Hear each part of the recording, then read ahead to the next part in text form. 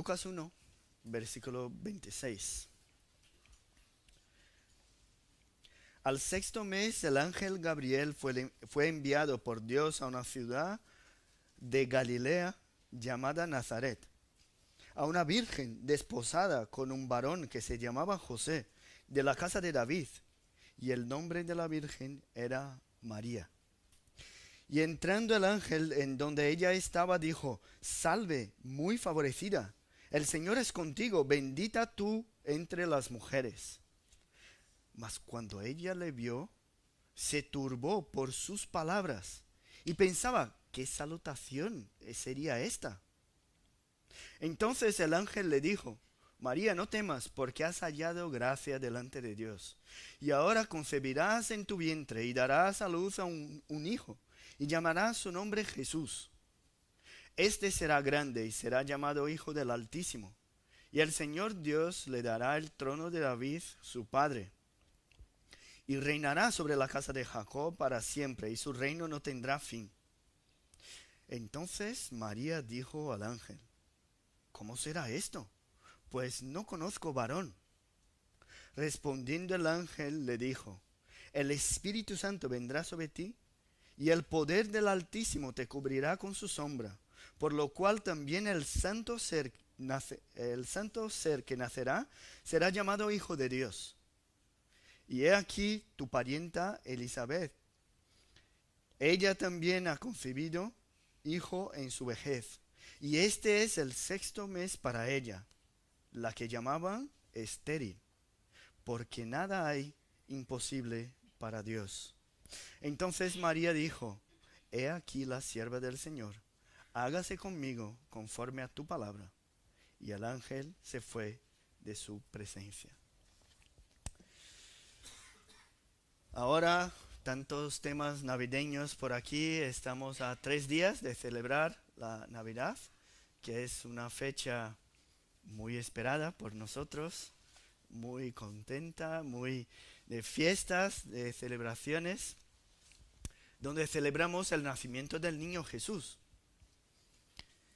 Y sabemos que Jesús no nació exactamente en el día 25 de diciembre. Eso lo sabemos. También sabemos que celebramos su nacimiento cada día en nuestra vida. No hace falta esperar hasta diciembre para que lo celebremos. Pero aún así, utilizamos esta fecha para recordar con más intensidad lo que pasó algunos años atrás, el nacimiento de Jesús. Y aunque no sepamos exactamente la fecha de su nacimiento, utilizamos el día 25 de diciembre para celebrarlo. Y es una fecha que incluso los no creyentes y los creyentes nominales utilizan, como por ejemplo, hay gente que solo viene a la iglesia 2 o 3 veces al año. Y una de ellas es en la Navidad. Ahora, es ahora. Otra es la Pascua, un bautismo, algo así, ¿no? Pero incluso los no creyentes celebran esta fecha. Pero esta fecha también es utilizada de una manera muy equivocada y aparecen énfasis diferentes de las que vemos en las Escrituras. Vemos, por ejemplo, que el propósito de todo eso es hablar de Jesús, pero hay mucha gente que habla de temas diferentes. Antes de estudiar cada uno de los detalles de estos versículos que hemos leído, vamos a hablar de algunas enseñanzas, algunas creencias que hay en la tradición, y vamos a comparar cada una de ellas a lo que dice la palabra de Dios, a lo que está en las Escrituras. Y para hacer eso, no podemos dejar de hablar de María, la madre de Jesús. Es uno de los personajes principales de esa historia. Y bíblicamente no sabemos mucho de su vida antes de que ella estuviera prometida o desposada, como dice el texto, con José. Por el contexto judío, lo que sabemos es que ella tenía entre 12 15 años, o sea, era muy jovencita. Y sabemos que el noviazgo en aquel entonces no tenía nada que ver con los que tenemos ahora. Ella estaba prometida por José, novia de José, y para romper ese noviazgo, solo un divorcio. O sea, era algo importante. Era diferente de lo que tenemos hoy en día. Y el texto que hemos leído utiliza 2 veces la palabra virgen, aquí en el versículo 27. Y hay algunos que no creen en el nacimiento virginal de Cristo. Y dicen que esa palabra del griego se puede traducir por una joven, una mujer muy joven o algo así. Pero sabemos que ella era virgen, no solamente por esas 2 palabras, sino también por el versículo 34. Si fijaos ahí, dice el 34, entonces María dijo al ángel, ¿cómo será esto? Pues no conozco varón. De esta frase no podemos huir. Ella está diciendo, si ella no tuvo contacto íntimo con un varón, pues era virgen. Y de aquí no podemos huir. Entonces la palabra nos deja claro que ella era virgen. Y la narrativa allí en el Evangelio según Mateo también dice lo mismo, así que no tenemos dudas. Después del nacimiento de Jesús, hablando todavía de María, pasan cosas raras. Hay visitas raras en su nacimiento, hay gente que dice algo que ella no comprende muy bien. Hay un anciano que coge al niño en los brazos y dice, he aquí la salvación de Israel. Y ella atesora todo eso en su corazón, es lo que dice la palabra. Y José ya no aparece en el ministerio de Jesús cuando estaba mayor, probablemente ya había fallecido. José era muy mayor que María.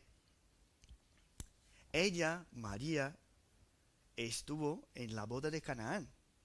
Si nos acordamos bien, es el primer milagro registrado en las Escrituras donde Jesús transforma el agua en vino. Y allí vemos algo interesante de esa jovencita. Ella tenía mucha fe en su hijo. Él estaba allí en la fiesta, se acabó el vino, ella le mira y dice, hijo, no hay vino. Ahora, fijaos, ¿por qué ella dijo eso a Jesús? ¿No? ¿Era él que estaba organizando la fiesta? No, era simplemente un invitado más. La respuesta de Jesús fue un poco también borde, ¿no? Por así decir. Jesús dijo, ¿qué tienes conmigo, mujer? Aún no ha venido mi hora. Pero lo que Jesús quiso decir a su madre era que él sí que conocía los hechos y los tiempos. Y lo conocía como el propio Hijo de Dios. Y no solamente como el hijo de su madre. Él estaba diciendo, yo conozco los tiempos, conozco los hechos. Incluso hay un chiste muy malo, incluso entre los creyentes, utilizando esa historia. Porque hay mucha gente que sigue a María, que es devoto de María. Y dice un creyente, ¿no? Sí, yo también. Y yo, como devoto de María, escucho muy bien lo que ella dice y sigo. ¿Qué dice María? Cuando pasó eso en las bodas de Canaán, ella se acercó a los siervos y dijo, haced todo lo que él os dijere. Entonces nosotros, como devotos de María, ¿qué debemos hacer? Seguir todo lo que Jesús nos dice que debemos hacer. Como seguidores de Jesús, entonces, ¿no? Cuando miramos a María, vemos que ella en realidad apuntaba hacia su Hijo, hacia Cristo, y no hacia ella misma. Pero hay en la tradición la enseñanza de que ella nunca en su vida conoció a ningún hombre en su intimidad. Y por eso la llaman Virgen María hasta hoy. Pero lo que encontramos en la narrativa de las Escrituras, de su historia, es que José no la conoció hasta que dio a luz a su hijo. Y aquí en el capítulo 2 de Lucas dice que dio a luz a su hijo primogénito. ¿Qué quiere decir primogénito? El primero de otros. No es unigénito, primogénito. También en Mateo capítulo 12, versículo 46, si tenéis la Biblia ahí podéis abrir, dice que su madre y sus hermanos fueron a verle. Y uno puede decir que hay un problema en la traducción también. Y hermanos aquí quiere decir hermanos de fe. Pero la respuesta de Jesús, diciendo que hermano, hermana y madre son aquellos que hacen la voluntad de su Padre, lo que nos demuestra es que Él quería hacer un contraste entre el vínculo de sangre y el vínculo espiritual. Lo que estaba diciendo a sus discípulos es, ¿están mi madre, mis hermanos allí en la puerta? Pues mis hermanos son aquellos que hacen la voluntad de mi Padre. El vínculo espiritual está por encima del vínculo de sangre. Y en Mateo 13, un poquito más adelante, versículos 55 y 56, también encontramos a María otra vez en la historia. Y ahora es por el hecho de que Jesús estuviera en su tierra, en Nazaret, donde creció, y los de allí, de su pueblo, no creían en sus palabras y en sus milagros. Y allí dijeron, ¿no es este el hijo del carpintero? ¿No se llama su madre María? ¿Y sus hermanos Jacobo, José, Simeón y Judas? ¿No están todas sus hermanas con nosotros? ¿De dónde pues tiene todas estas cosas? Allí no hay dudas. Están hablando de la familia de sangre de Jesús. María no conoció a José hasta que dio a luz a Jesús. Pero, a ver, estaba casada con José. Lo normal era que tuviesen relaciones íntimas, que tuviesen más hijos. Por eso no la llamamos Virgen María. Pero aún mismo sin conocer toda su vida de fe, solo partes, como hemos recordado hoy, todo su esfuerzo por estar al lado de Jesús y su ministerio y su muerte, mis hermanos, solo por conocer lo que hemos leído hoy y su cántico, que está un poco más adelante, solo por conocer estos dos hechos, eso sería ya suficiente para saber que ella debería ser recordada en todas las generaciones, todas. Ella fue entre todas las mujeres la que Dios eligió para que fuese la madre de Cristo. Incluso ese tema tiene que ver con lo que estamos viendo en la carta de Juan, con las herejías que habían allí. Porque en el siglo V después de Cristo, tantas herejías se habían desarrollado y había uno que se llamaba Nestorio allí, que creía que María era la madre de Jesús, pero Jesús hombre. No era la madre de Jesús, Jesús Dios. O sea, hacían una confusión y separaban, dividían las dos naturalezas de Cristo. En el siglo V, en el concilio que hubo allí en Éfeso, 431 después de Cristo, apareció la expresión Theotokos, Madre de Dios, allí en ese concilio. Y lo que querían allí era enseñar a la gente que María era la madre de Jesús, Jesús hombre, Jesús Dios. O sea, enfatizaba la naturaleza del Dios que se hizo hombre, la naturaleza humana. Aparece entonces ese término para defender la doctrina de que Jesús era totalmente hombre y totalmente Dios. El énfasis estaba en Cristo y no en María. Y curiosamente, ese término es utilizado hoy para encontrar en María algo que sea divino. Pero haber engendrado a Jesús prueba la naturaleza humana de Jesús. Su naturaleza divina ya sabemos de dónde viene. Viene de la obra del Espíritu Santo. Y no queremos de ninguna manera quitar la importancia de María en la historia del pueblo de Dios. Pero tampoco queremos atribuirle más cosas que no nos enseñan las Escrituras. Vemos aquí en estos versículos que el enfoque está en el milagro de la encarnación de Jesús. En Navidad, una fiesta que es totalmente secular hoy en día, tenemos la oportunidad de recordarnos otra vez la esperanza que hay en el nacimiento de Jesús y lo que ella nos ha traído y ha traído a todos aquellos que creen en Él. Al final, cuando predicamos el Evangelio, lo que predicamos es esperanza. Es hablar de algo sobrenatural. Cuando hablamos del Evangelio, hablamos de la obra de Dios para salvar al hombre. Todas las promesas que encontramos en el Antiguo Testamento, en la palabra de Dios, ahora se cumplirían en Jesús. Eso es el Evangelio. Después de conocer entonces muchos detalles de la historia de María, ahora vamos a centrarnos en los detalles que nos traen el texto que hemos leído.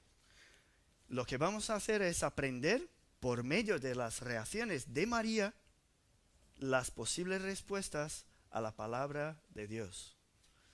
Así que tantos detalles hablando de María. Ahora centrémonos aquí en lo que ella tiene para enseñarnos por medio de la palabra de Dios a través de las reacciones que tuvo delante de la palabra de Dios. Y nosotros, ¿cuántas veces no hemos escuchado la palabra de Dios? ¿Cuál ha sido nuestra respuesta, nuestra reacción? Vemos aquí en el texto que la primera reacción de María al recibir el mensaje del ángel fue que ella se turbó. Ella se quedó perpleja, se quedó sorprendida. Dice ahí el versículo 29, el siguiente: mas ella cuando le vio se turbó por sus palabras y pensaba qué salutación sería esta. Allí en la Biblia de las Américas dice: pero ella se turbó mucho por estas palabras y se preguntaba qué clase de saludo sería este. ¿Cuál fue el saludo? Pues lo que pone ahí el versículo 28. Dice: salve muy favorecida, el Señor es contigo, bendita tú entre las mujeres. ¿Por qué se quedó tan sorprendida?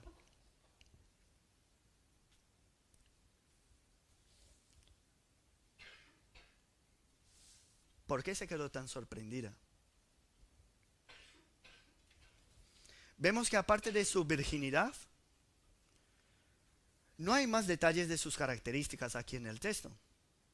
Incluso cuando comparamos ese mensaje al que aparece antes en la narrativa de Lucas, hay un contraste muy grande.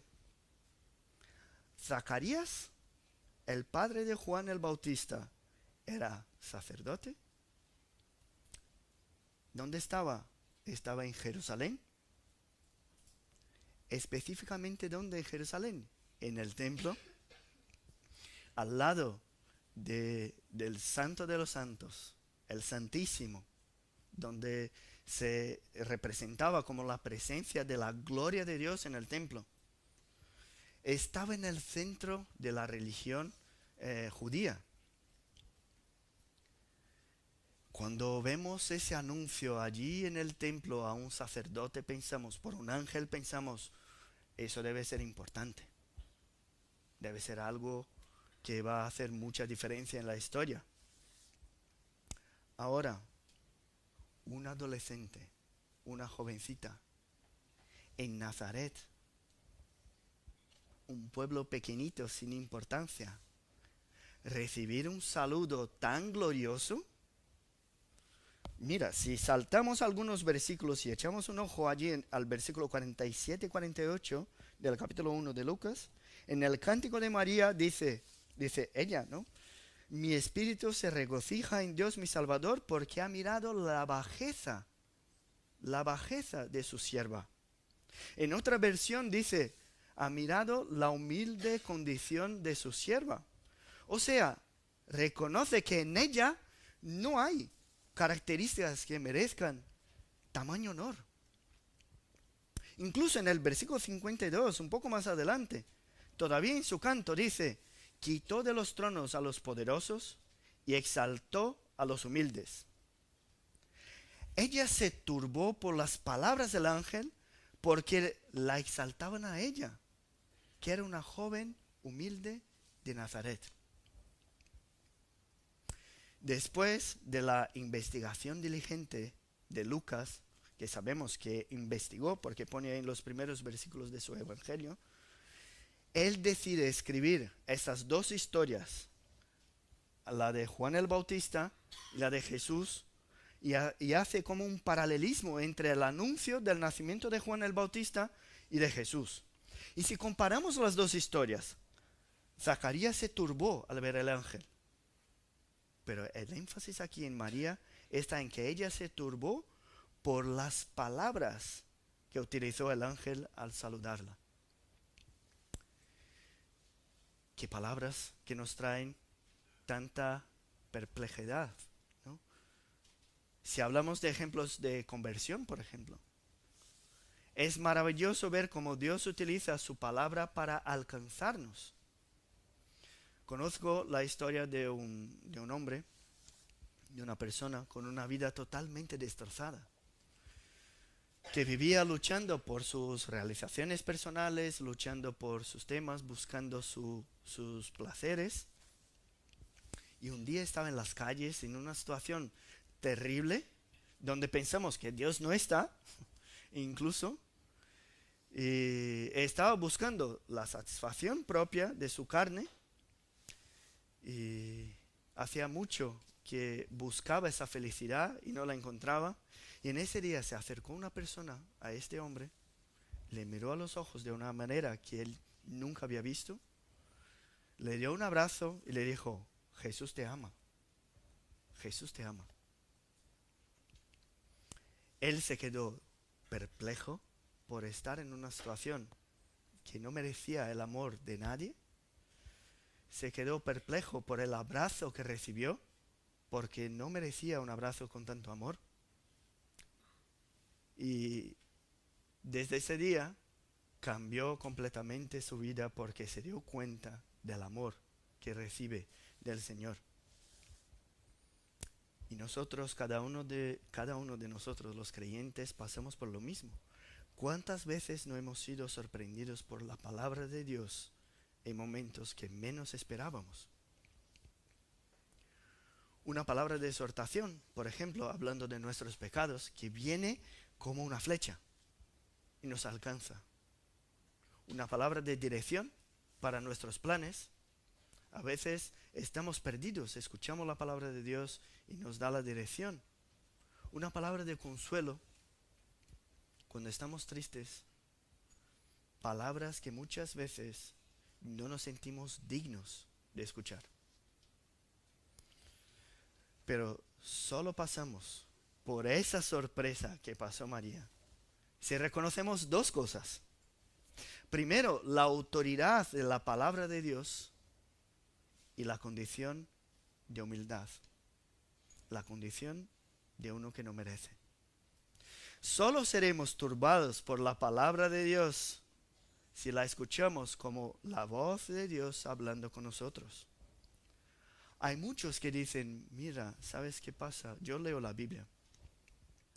Yo escucho predicaciones, pero no siento que Dios está hablando conmigo. Parece que no pasa de un contenido histórico o una charla en una clase. Participo de discipulados de consejería bíblica, pero no veo que Dios está cambiando mis actitudes. Ahora, si escuchas la palabra de Dios y no te quedas perplejo, hay por lo menos uno de estos problemas. O no reconoces esa palabra como autoridad en tu vida, algo que debe estar por encima de tus propios pensamientos de lo que es bueno o lo que es malo.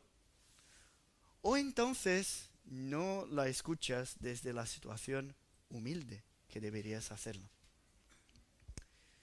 Y no estamos despreciando aquí la presencia y la actividad del Espíritu Santo, porque sabemos que solo el Espíritu Santo puede abrir nuestros ojos para comprender los misterios de Dios.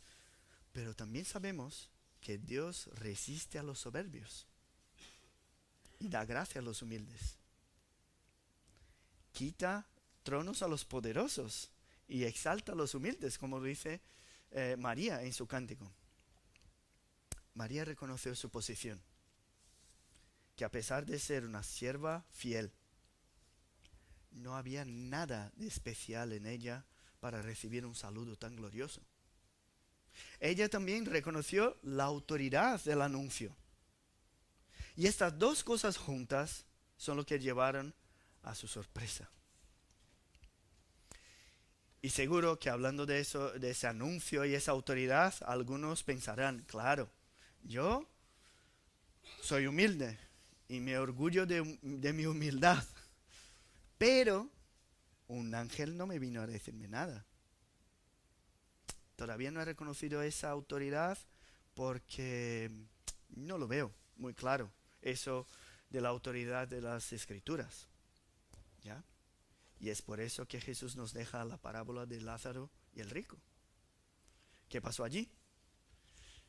El rico estaba seguro que si Dios enviara a un muerto allí para anunciar a sus familiares, ellos creerían. ¿Y cuál fue la respuesta del Señor? Ellos tienen las Escrituras, ellos tienen los profetas, óiganla. Porque si no oyen las Escrituras, si no reconocen la palabra de Dios como inspirada, como palabra que viene del propio Dios, tampoco serán persuadidos si pasare algo sobrenatural. Si no te quedas perplejo con la palabra de Dios, lo que necesitas es reconocer tu bajeza. Reconocer también la autoridad que hay en las Escrituras. Así que la primera reacción de María nos ayuda a comprender que delante de la revelación de Dios debemos quedarnos sorprendidos. Pero esa es la primera. Y después del saludo el ángel sigue su anuncio. Dice el versículo 30, María, no temas porque has hallado gracia delante de Dios. Y ahora concebirás en tu vientre y darás a luz un hijo y llamarás su nombre Jesús. Este será grande y será llamado Hijo del Altísimo. Y el Señor Dios le dará el trono de David a su padre. De David su padre. Y reinará sobre la casa de Jacob para siempre y su reino no tendrá fin. A ver, si el saludo no, la dejó sorprendida, un mensaje de este seguramente ella se quedó más sorprendida todavía. Porque a diferencia de Zacarías, ella no había pedido un hijo. Ella era virgen. Incluso su segunda reacción no llega a ser una falta de fe o incredulidad como la de Zacarías, sino que ahora ella pregunta, ¿cómo eso va a pasar? Si primero se turbó, ahora pregunta, ¿cómo? Y su duda es, si por las leyes normales de la naturaleza eso sería imposible, ¿cómo entonces ella tendría un hijo si todavía no había conocido íntimamente a su marido? Algo aquí tendría que pasar que sería completamente diferente de todo lo que había existido en la historia de la humanidad. Lo que había que pasar aquí era más que un milagro. No sería restaurar algo que estaba, pero ya no está. Eso no es lo mismo que controlar los fenómenos naturales. Eso es algo que solo Dios puede hacer. Solo Dios puede hacer surgir algo de la nada. Y aunque ella no pide una señal, como lo hizo Zacarías, el ángel le da una señal. Y le dice, he aquí tu parienta Elizabeth. Ella también ha concebido hijo en su vejez. Y ahí comprendemos que la marcación del tiempo que empieza el texto está vinculada al embarazo de Elizabeth. Por eso decir ahí al principio el sexto mes. ¿Y por qué el sexto? Porque hasta el quinto su parienta se había quedado en secreto. Pero en el sexto seguramente la gente ya sabía, ya se había enterado que ella estaba embarazada. Sin embargo, ahora en el caso de María sería diferente de toda la humanidad porque este niño no iba a tener un padre humano, una generación normal. Su concepción se produjo por el poder del Espíritu Santo. Y aquí el ángel Gabriel le describe lo que va a pasar después de su pregunta. Y en cada detalle lo que vemos es que va a ser una obra exclusiva de Dios. No es suya, es de Dios. En la cual Él cumplirá sus promesas de restaurar el reinado de David. Y que ese reino ahora sería eterno. Ya hemos estudiado en Daniel, por ejemplo, aparece. En Ageo habla de la promesa de un rey, de un reinado eterno. En Isaías, como hemos leído hoy, habla de un reino que no tendría fin. Y lo que vemos en ese anuncio al final es lo que se queda muy claro. Las necesidades reales aquí no son las de María. No es porque María quiso un hijo. No es porque Zacarías y Elizabeth buscaban un hijo que tuvieran a Juan el Bautista. El pueblo de Dios en este momento estaba alejado de Dios. Estaba bajo un gobierno extraño. Estaba oprimido.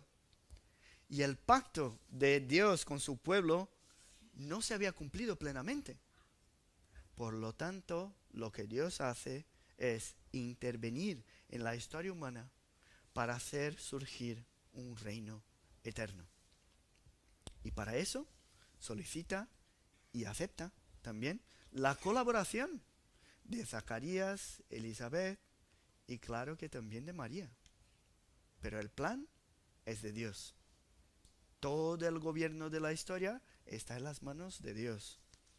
El mensaje que tenía el ángel, de hecho, es sobrenatural. Pero es el propio Dios que cumple al ejecutar su plan para la humanidad. Ahora, María estaba participando del plan de Dios para toda la humanidad. Y nosotros, cuando participamos de su plan, es porque hemos hallado gracia delante de Dios, igual que ella. Eso quiere decir que Dios nos regala, por el puro afecto de su voluntad, el participar de su plan en nuestra generación. El ángel dijo: has hallado gracia delante de Dios. María, esa jovencita, ahora tiene un papel importantísimo en la historia. Es la mujer que será recordada en todas las generaciones.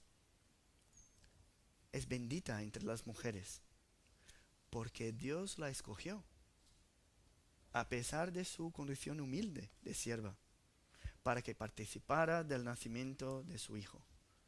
Ella fue, y podemos decir, como dijeron allí en el concilio, en el quinto siglo, que ella fue la madre de Dios, porque Jesucristo es Dios. Pero ella fue la madre de Dios porque Dios el Padre hizo algo sobrenatural para que eso fuese posible.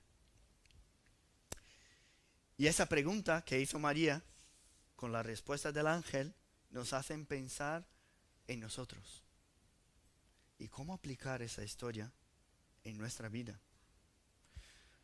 Cuando estamos delante de la palabra de Dios y miramos hacia nosotros reconociendo nuestra incapacidad, debemos acordarnos que el cómo, que es la pregunta de María, ¿cómo? Se soluciona creyendo que es el poder de Dios, el poder del Espíritu Santo que hace la obra. Si tienes ahí en tu cabeza una pregunta, ¿cómo va a pasar eso? estás mirando todavía a tus condiciones. Pero Dios nos enseña que debemos mirar hacia Él. Por lo mucho que nos esforcemos en el ministerio, por lo mucho que luchemos para cumplir la voluntad de Dios, solo lograremos hacerlo si el propio Dios actúa de manera sobrenatural. Tantas veces damos con una situación imposible, sin solución, y preguntamos, ¿cómo? ¿Cómo un no creyente, un ateo, uno que está en contra de Dios, va a cambiar de vida y alcanzar la salvación? Mis hermanos, todo el conocimiento del mundo, los mejores libros, las mejores charlas, los mejores argumentos, nada de eso es capaz de dar vida a lo que está muerto. Solo Dios puede hacerlo. ¿Y por qué lo haría? Porque eso forma parte de su plan, por su gracia. Podéis preguntar, ¿no?, en esta mañana, ¿cómo puedo yo dejar de pecar por mi impulsividad si eso forma parte de mi naturaleza? La respuesta es porque ese es el plan de Dios para mi vida. Porque Él quiere transformarme a imagen y semejanza de su Hijo Jesucristo, el cual era el resultado de este mensaje del ángel Gabriel. ¿Cómo lo hará? Lo hará por el poder de su Santo Espíritu. El énfasis aquí de todo lo que Dios hace es revelar su propia gloria y no la del que fue el medio para que su plan fuese cumplido. ¿Crees que Dios es capaz de entrar en la historia de tu vida, en la historia de la humanidad y trascender las leyes de la naturaleza? ¿Crees que eso es posible? Pues es a través de este poder que Él da vida a los que están muertos en sus delitos y pecados. Y por este mismo poder, Él transforma nuestra vida de gloria en gloria. Es el mismo poder que envió a su Hijo al mundo por un nacimiento virginal. Fue el poder que resucitó a Jesús de entre los muertos al tercer día. Y es el que salva a todo aquel que cree en Él como Señor y Salvador de su vida. Por esa conversación entre María y el ángel, reconocemos la esperanza que hay en la celebración de la Navidad. Si no hemos sido turbados por la palabra de Dios, si no hemos hallado gracia en el perdón y en la salvación que hay en Jesús, si no hemos comprendido que es por medio de la fe, en el oír la palabra de Dios, que somos salvos, mis hermanos, la Navidad no trae esperanza. Si eso para nosotros no es verdad, no hay esperanza en la Navidad, sino tristeza. Si el reto es pasarlo bien en las fiestas, seguro que después de los Reyes, la tristeza volverá. Nuestra limitación humana muchas veces nos impide de ver lo que Dios puede hacer.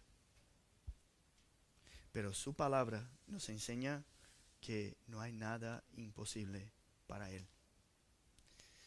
Y si has llegado a esa conclusión, solo nos queda una reacción más. Lo que dijo María enseguida. Decir lo que dijo ella. Ella dijo al final, he aquí la sierva del Señor. He aquí el siervo del Señor. Hágase conmigo conforme a tu palabra. La última reacción de María nos presenta la obediencia de ella delante de la palabra de Dios. A veces pensamos que por el hecho de que Dios es soberano, Dios tiene el poder para hacer algo sobrenatural, que yo puedo quedarme aquí parado sin tener ninguna actividad, ninguna responsabilidad en su reino, ya que Dios es poderoso y puede hacer todo solo. Si Dios quiere alcanzar al pecador, pues encontrará su forma. Pero Él nos invita a que participemos de su plan de salvación. Jesús dijo, al final de su ministerio resurrecto ya, toda la autoridad me ha sido dada en el cielo y en la tierra, por lo tanto, no os preocupéis, que me encargo de todo, ¿verdad? ¿Fue eso lo que dijo? No. Por lo tanto, id y haced discípulos de todas las naciones. Vemos que hay una asociación entre lo humano y lo divino para que Jesús cumpla su misión. Claro que no estoy diciendo que nosotros salvamos a personas, sino que Dios en su soberana voluntad utiliza medios imperfectos como tú y yo, como María, para cumplir sus planes. Por eso, la última reacción de María fue esa: hágase conmigo conforme a tu palabra. O sea, estoy sumisa y llena de gratitud por reconocer que Dios es capaz de hacer algo maravilloso por medio de mis hechos, de mi vida. El papel de María en la realización de la voluntad de Dios es crucial, pero la iniciativa y toda la obra poderosa de Dios es lo que tiene el énfasis aquí. María no dio órdenes a los ángeles. No. Ella no tiene autoridad ninguna sobre los ángeles. Ella dijo: si esto es lo que Dios quiere, entonces lo haré.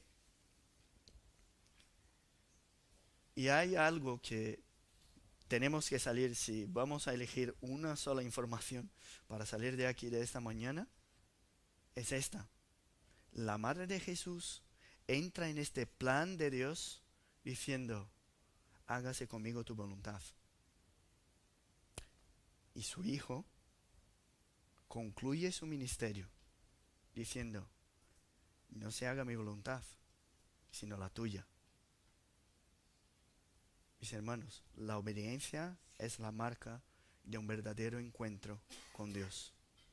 Si dices ser creyente, pero en tu vida lo más importante, lo que a ti te parece bien, te aviso que no eres seguidor de Cristo, porque Él abrió mano de su voluntad para hacer la voluntad del Padre. Si al escuchar la palabra de Dios, lo que aparece en ti son las ganas de explicarte y decir lo que a ti te parece, no te equivoques, no estás obedeciendo a Dios, sino buscando a que Dios se acople a tus planes. María sabía de sus tradiciones. Ella conocía todas las consecuencias que eso iba a traer a su vida. Sabía de las dificultades que tenía incluso con José, su prometido. Nosotros no sabemos cuáles eran sus planes. Ella era muy joven. Pero sabemos que su vida cambió completamente cuando dijo: he aquí la sierva del Señor. Hágase conmigo conforme a tu palabra. Toda su vida cambió. Heme aquí. La respuesta de sumisión a la palabra de Dios es complicada. Ya no serás el centro de tu vida, sino Dios estará en este lugar. Tus decisiones ya no serán tuyas, sino estarán basadas en glorificar a Cristo y no a ti.